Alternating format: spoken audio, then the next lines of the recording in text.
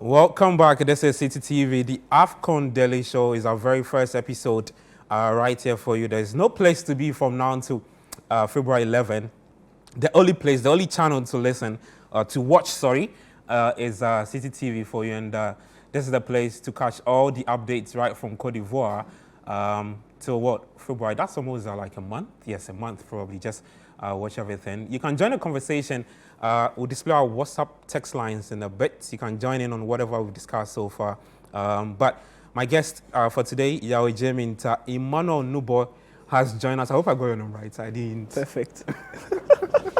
But how are you doing? Let me just speak your thoughts. I'm good. I mean, excited that AFCON football is back. And I mean, majority of the best players out there in Europe from African descent are here. So I think it will be a very enjoyable tournament, just like the last one. Yeah. And happy to see, it's been extended, I think, since 2019. Yeah. So more teams. 24 teams now. Yeah. And it's from what we saw in the last tournament, it's clear to see that there's a breach in the gap between the big teams and the smaller teams now. So then it gives for more exciting games and closer matches, not like 4-5-0 scoreline. So that's exciting to see, and it also shows that the African football is developing to a certain level. So I'm excited about it. And that is why if we don't do our things well as a country, we'll probably not win the AFCON again. Because look, every time they keep extending it, the last time was 1982, they've extended it to what, 8, 16, now 24. I mean, we just keep struggling. Well, because if you do the math, then it means your probability of winning it becomes harder. And the chances of you winning it, probability, it drops, it becomes lower because it's simple, the numbers gain. If you have more nations competing in the tournament, then your chances of winning it, it drops. Back in the day, it was 8. At the last time we won it was 1982. It was 8 teams. Then it moved on to 16, and now we are 24. So we need to speed up. Yeah, and I like that word. We need to speed up and win the title as quickly as we can, because this 24 Nation League tournament, it has come to stay. Okay.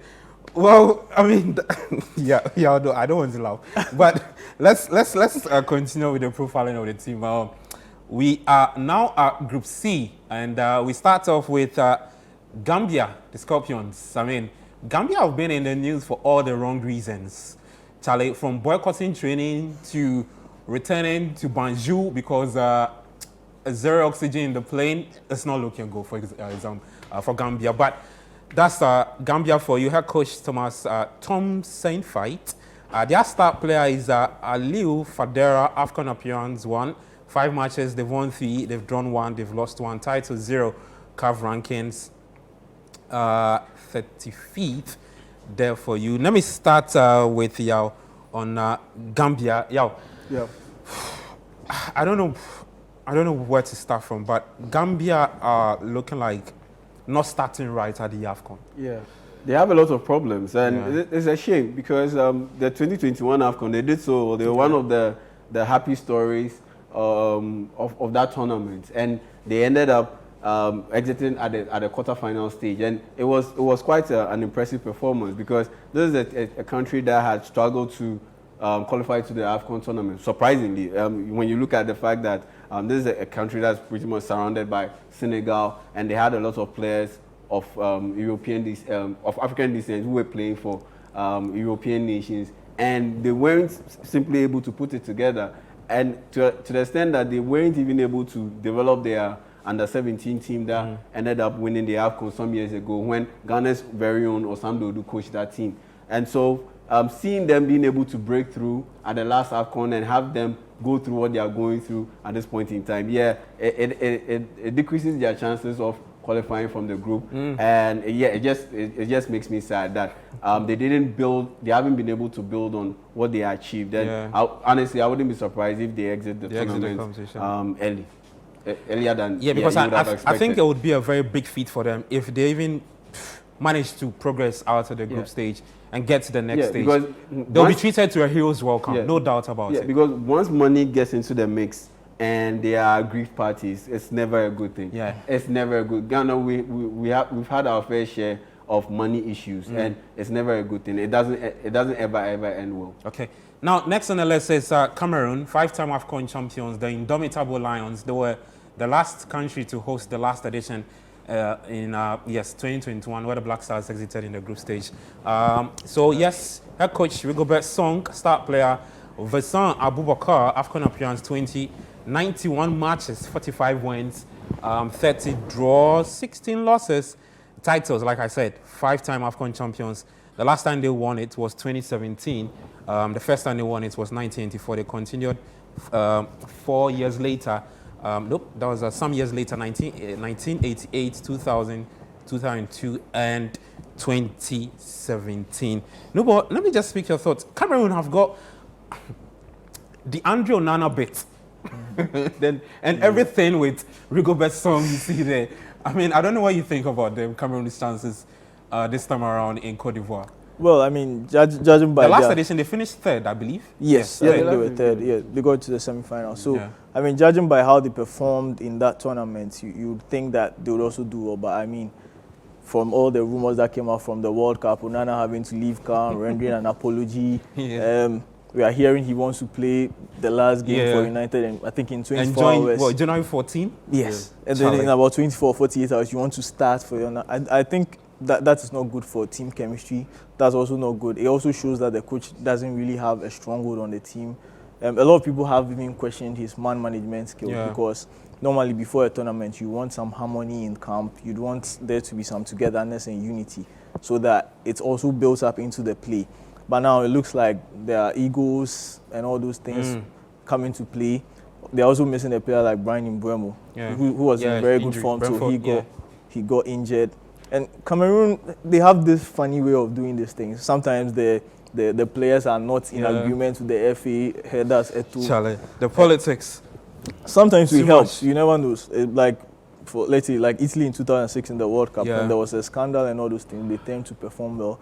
But for Cameroon, I don't know if that would happen this time. 2017, I think 8 or so of their top players refused to play. Matip, Choupo-Moting and all those people, and they went on to win.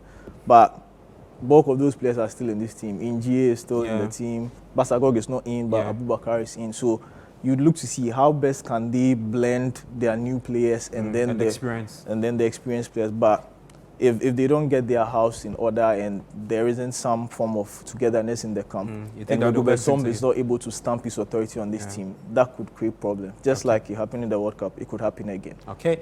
Well, let's see. We'll see how far Cameroon get to this time around. The next two, we'll pick it at a go. So we'll start off with Guinea. Then we'll later check out the defending champions, who are Senegal. So let's have Guinea next on the screen for you. So Guinea, the head coach is Kaba Diawara. Their star player, of course, Naby Keita, former Liverpool player, AFCON appearance. They've got 47 matches. They've won 13, they've drawn 17, and they've lost 17. They are yet to win an AFCON title, CAF ranking 15. Now let's get to the next one, Senegal, who are the defending champions of the competition. Aliou Cisse is the head coach, star player, of course, the man in the picture, Sadio Mane, former Liverpool player, AFCON appearance 16, 67 matches, 27 wins, 17 draws, and 23 losses. Titles won. So they won it in Cameroon, and the CAF ranking second. They are hoping to do back-to-back.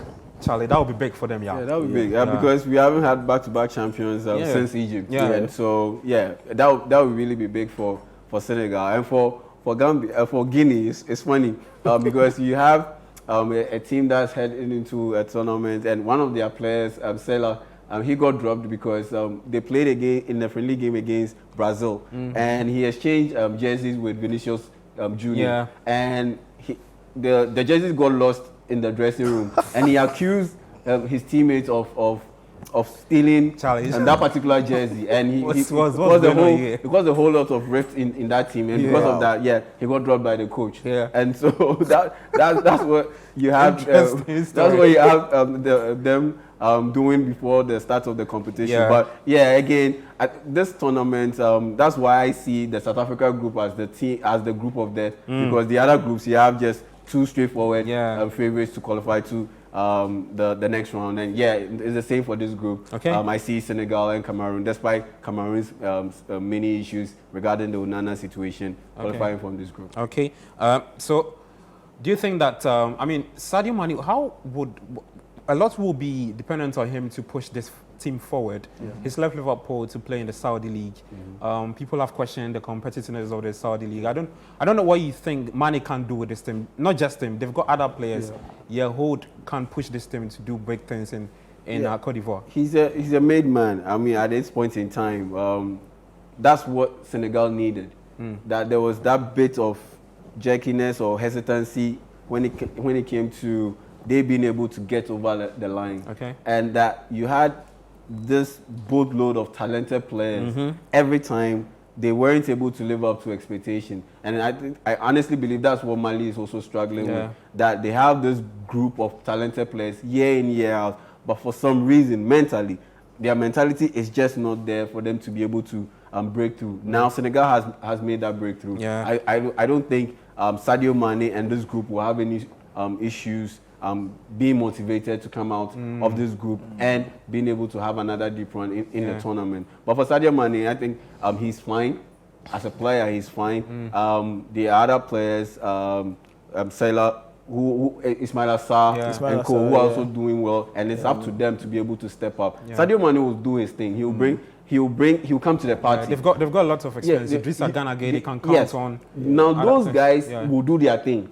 It's down to the likes of the Ismail Assar group to step up, because as good as Gana Gueye is, you can tell that he's not the same as he was 2 years ago. And so, yes, he'll give you everything that he has, but everything that he has at this point in his career wouldn't be enough. So you need the Ismail Assar-led group to complement, to step up and get the job done. And I think they will be good to go. Okay. For the group stage, they are fine, but the latter part of the stages of the competition, that's where they need that Ismail Assar group to step up.